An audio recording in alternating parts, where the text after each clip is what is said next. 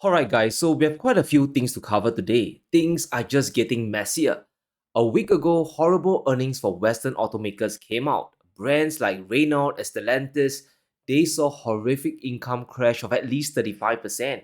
The stock price of Ford dropped over 18%, and Nissan reported a surprise quarterly profit collapse. And here's how insane this fall was. Nissan's profits dropped by 73% for the latest quarter.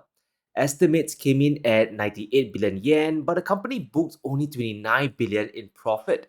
If you make and sell cars, there's no way you can avoid the biggest market in the world, and that's China. Just last year alone, they had nearly 26 million auto registrations, an increase of 11%.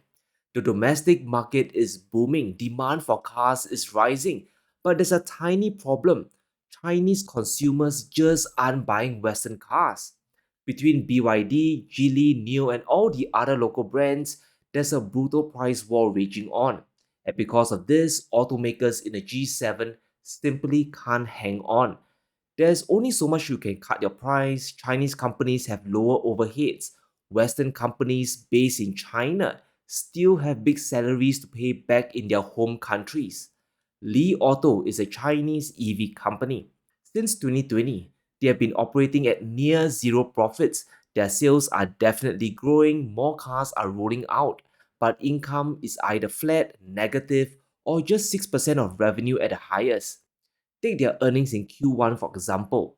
Revenue came in at 25 billion RMB, but their operating income hit almost negative 600 million. How many Western companies can take that hit for 2 or 3 years in a row? Not many. Western automakers prioritize profits and maintaining a high stock price for the shareholders, and their biggest nightmare is fighting a price war in China. Brand loyalty and brand equity. That is the only advantage Western brands have left to compete. But that won't be nearly enough to survive on the streets of Beijing or Shanghai. As we move slowly towards a recession, people just don't have enough money to spend, China included. Consumers will be hyper focused on affordability. This next chart is a wake up call for the premium brands. German automakers are stumbling hard in the Chinese market. Volkswagen, BM, and Mercedes all saw their deliveries drop by around 8 to 10%. But the real concern here comes from Porsche, the luxury brand. Sales in China in the first half dropped by an incredible 33%. Remember, this is during a period when vehicle sales are rising in China. So Western brands are being shunned, and the biggest drop comes from the luxury gas guzzlers. Even all the millionaires are cutting back. This presents a big dilemma for the companies. Exiting from China will almost guarantee an impossible return. Local brands will feast on their market share.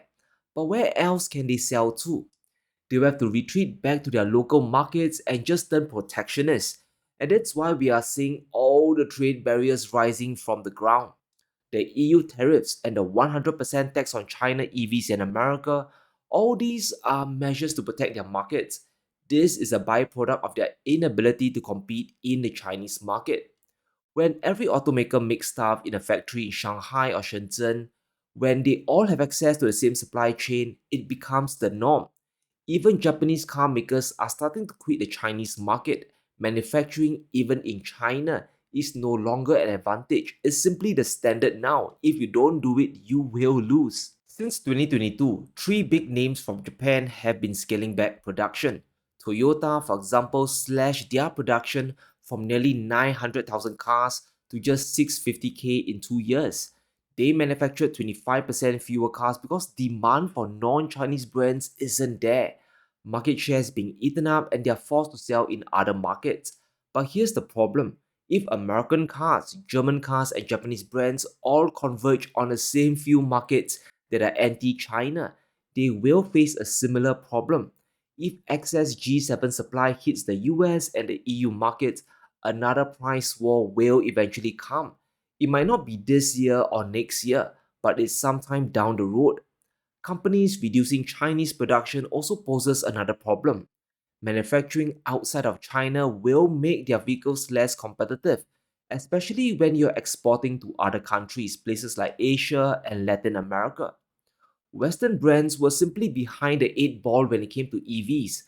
A new report is out, and it kind of confirms the demise of conventional automakers in China. Electric vehicles and plug-in hybrids are now the majority in China. Over 50% of all sales are EVs. Gasoline cars were yesterday's news. And if you can't make an affordable EV, demand for your brand is going to collapse, at least in China. Whether it's Ford, Stellantis, or Volkswagen, the majority of their sales in China are ICE vehicles. And because of their inability to move fast, a huge part of their market will evaporate. Something big happened last year. EVs in China are now officially cheaper than traditional combustion engines, and this is a result of a breakthrough in affordable batteries. Compared to hybrids or ICE cars, the average electric vehicle costs around $32,000, and that's 2 grand cheaper, which is a very significant milestone. So Chinese EVs aren't just competing in that category, they're out to win the entire domestic car market. That's bad enough, but China has a 2030 target of 40% EV sales throughout the country. And because domestic consumption is still a problem, the central government has unleashed a new wave of subsidies. Consumers who ditch their conventional cars for electric ones will get double the cash incentive from 10,000 RMB to 20 grand. And that's nearly 3,000 US dollars of subsidy for the man on the street. And this makes EVs even more affordable and ICE cars less attractive. So the pressure on Western brands, especially on US brands like GM, is real. Their petrol heavy lineup will disappear over time. So don't expect blowout profits anytime soon. But let's shift gears a bit to Japan because the BOJ just did a big flip. Over the past few months, we kept hearing the same old refrain from Ueda and even Kishida that Tokyo was closely monitoring the weak yen. The falling standard of living was a clear danger to the Japanese economy.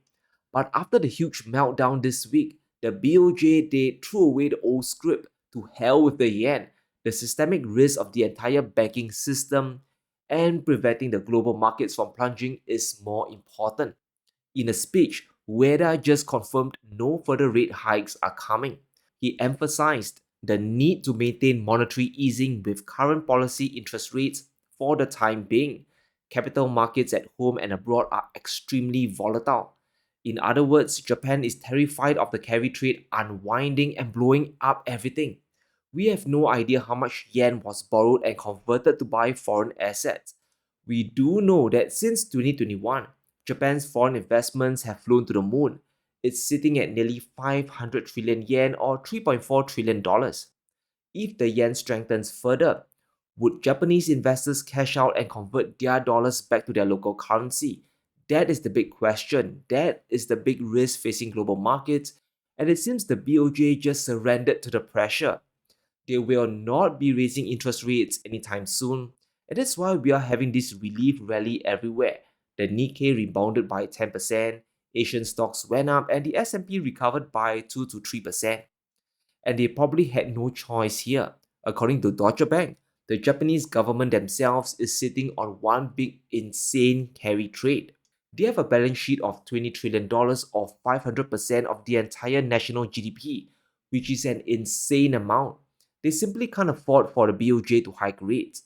It will force the Japanese government to start paying interest to bondholders and bleed even more money. Secondly, it forces their own carry trade to unwind further. The BOJ controls the liability side of the government's balance sheet, and their liabilities are more than their assets, 311% versus 194%. If rates go up, their foreign assets will be victims of the carry trade unwinding. Their foreign stocks and bonds, which are the majority at 54%, will blow up, and that will be an absolute disaster. So, to prevent this from getting out of control, the Bank of Japan came out saying they won't hike rates. They simply can't. They have to sustain the carry trade for longer. But there are consequences to this. The release valve will be the currency, the Japanese yen. Unless the Fed suddenly comes out guns blazing with big cuts, the yen should continue to fall back to 160 or even further. Saving the global markets is just a byproduct. Japan doesn't want to destroy their own asset holdings. They are hoping for a beautiful deleveraging where the yen slowly loses value. They might get it, however, if a US recession comes and the Fed is forced to slam rates down in a hurry, the yen carry trade will still unwind, and a massive sell off across assets bought with this borrowed yen will still happen. So, if we want a soft landing for Japan and the world, America must not fall into a recession. Now, I don't want to be all gloom and doom here. I hope we all avoid a recession, but all the indicators like the yield curve or the sum rule, they're all flashing red, and these indicators are yet to be proven wrong. If we are talking about tail risk, there's one ultimate one building in the Middle East, and we can't ignore this. Iran and Israel, they are on the brink of war. It's so crazy that Blinken is warning both sides not to escalate, and he's right to be afraid. No one should escalate this conflict. We've been engaged in intense diplomacy with allies and partners, communicating that message directly to Iran. We communicated that message directly to Israel. Our commitment to Israel's security is ironclad. We will continue to defend Israel against attacks from terrorist groups or their sponsors, just as we'll continue to defend our troops. But everyone in the region should understand that further attacks only perpetuate conflict, instability, insecurity for everyone. The momentum towards a conflict might be unstoppable at this point. We have Russia consulting with the Iranians. The US is pouring in assets to defend Israel as well. So tensions are definitely rising 100%. It's imperative that we recall what Lloyd Austin promised: ironclad support from the US to defend against threats from Iran. So it's quite likely America gets dragged into this mess and this will just morph into a full-blown war. We know the Middle East is a strategic region. 30% of crude oil flows through the Strait of Hormuz, and that's just next to Iran. We have the Suez Canal and the Red Sea under threat as well. It's important we realize global oil demand is dropping, and we just need to look at China. They are the biggest consumer of crude oil. Their exports fell to 10 million barrels a day in July. Why? Because the world is slowing down and less stuff is being consumed. So China manufactures less and hence they consume less energy in aggregate. China's oil demand is a fantastic barometer of global consumption and economic demand. It's another reason why oil prices actually came down recently despite tensions rising in the Middle East.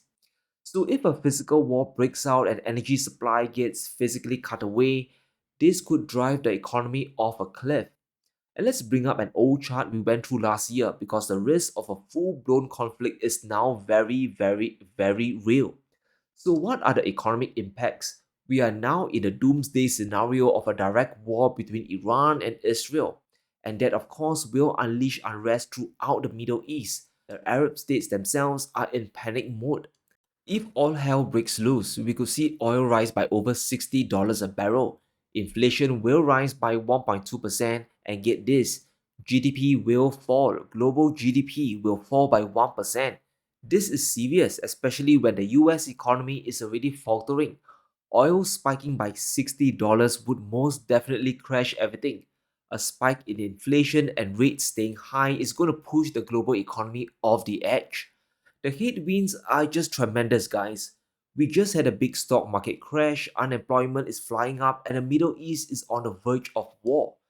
Putin himself is calling for Iran to moderate their strikes and to show restraint, but this can easily spiral out of control.